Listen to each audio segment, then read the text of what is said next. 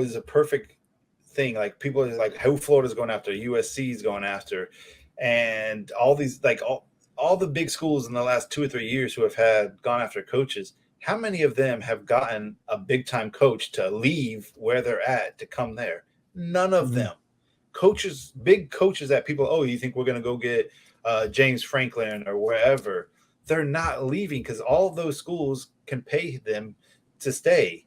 And they don't just want to up and leave for money when they can get money where they're at and they're already building something there. So to me, the best option for most of any of these is to find a coordinator somewhere that has a lot of talent, or find a group of 5 coach that has a lot of talent. That's what it's going to end up happening with Florida. That's probably going to end up happening with USC. That's probably going to end up happening with LSU because Dave Aranda said, I'm not going anywhere. James Franklin just got a big, huge contract. He's not going anywhere. Like, they're not going to be getting these big. So if Florida State does that, guess what we're going to do? We're going to go find another Mike Norvell, group 5 coach or coordinator somewhere, and people are going to get mad all over again. Oh, we got a group of 5 coach. Oh, we got this. And hopefully see if it sticks. Give a coach time. Let them see what they can do. 2 years, no. Give them 4 to 5 years. Let them see what they can do when they get their full recruiting classes in and their players in there, and see if they can do their system. That's why, people say, oh, well, Mullen, that's why Mullen was fired, because this is his team. He's got a couple guys here and there that are, 4th and 5th year seniors that he didn't recruit. But for the most part, this is his team.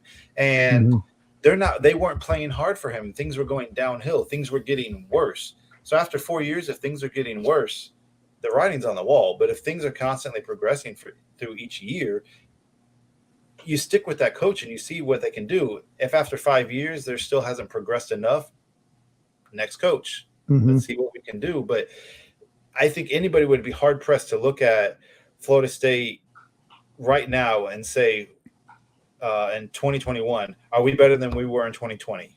Absolutely.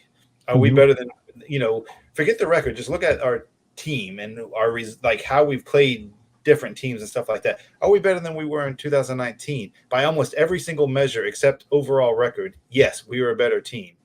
We were getting blown out in 2019. Were we better? Are we better than we were in 2018?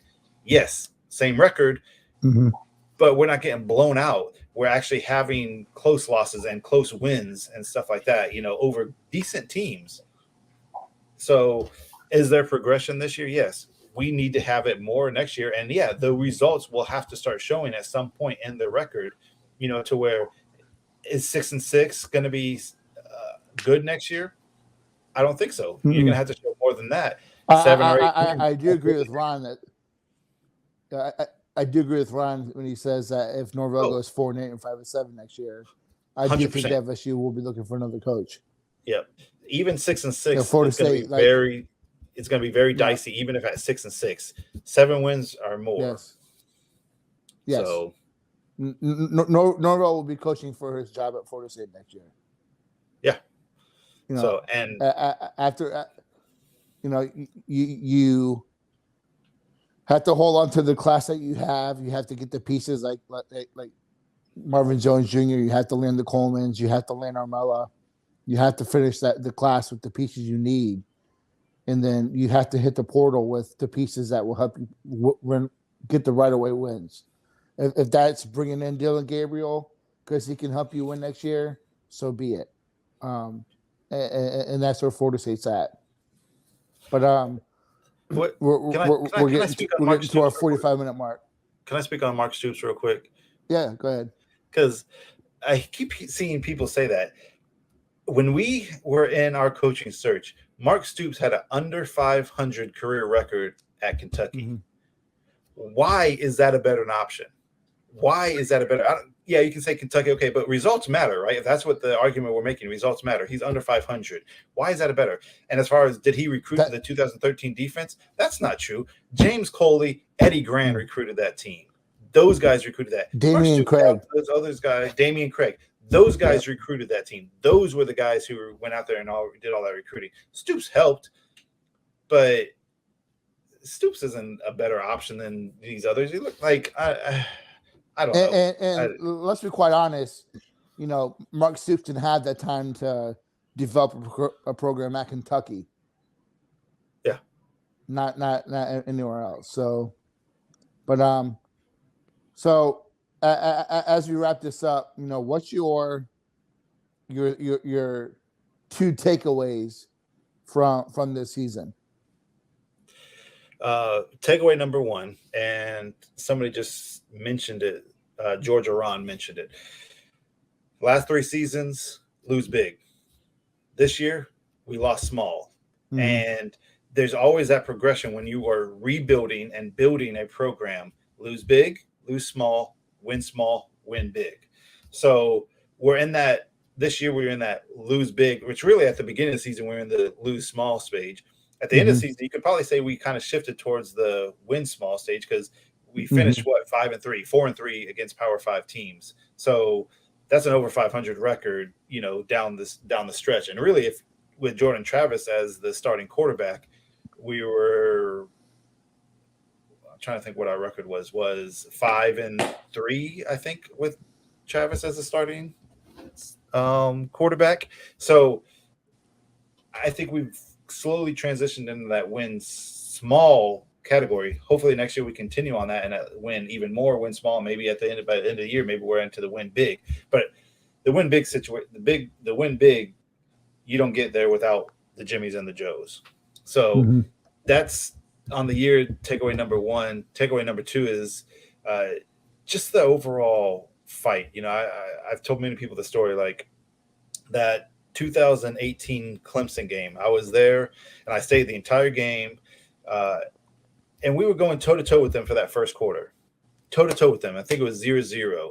And all of a sudden, I don't remember what the exact play was, but something, I think an interception happened or something like that. And you could just feel the energy from the Florida State sideline just completely dissipate. And from there, they quit. And they just didn't play hard anymore at all. And Clemson just dominated from there on. And it was ugly.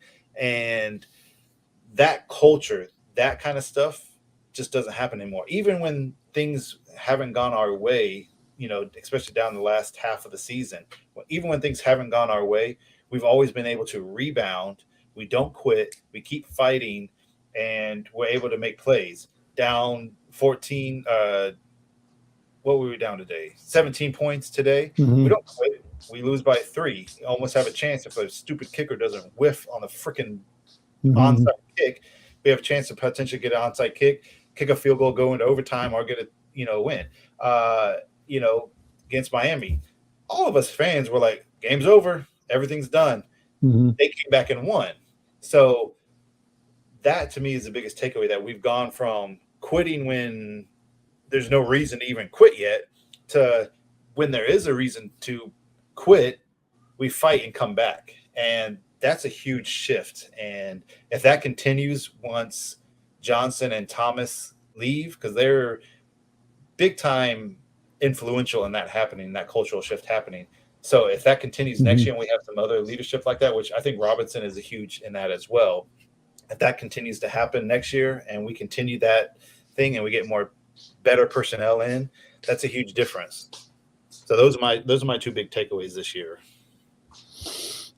I'll put mine there with you, but I maybe will ruffle some feathers and think that I'll add on. I think Norvell is the guy, and 2, I still don't think that Travis is the guy at quarterback because of his inability to stay healthy.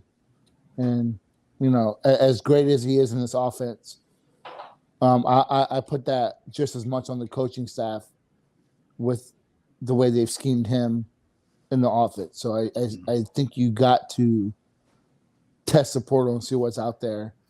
And if you can get better there, you address it and bring in what you need to bring in. So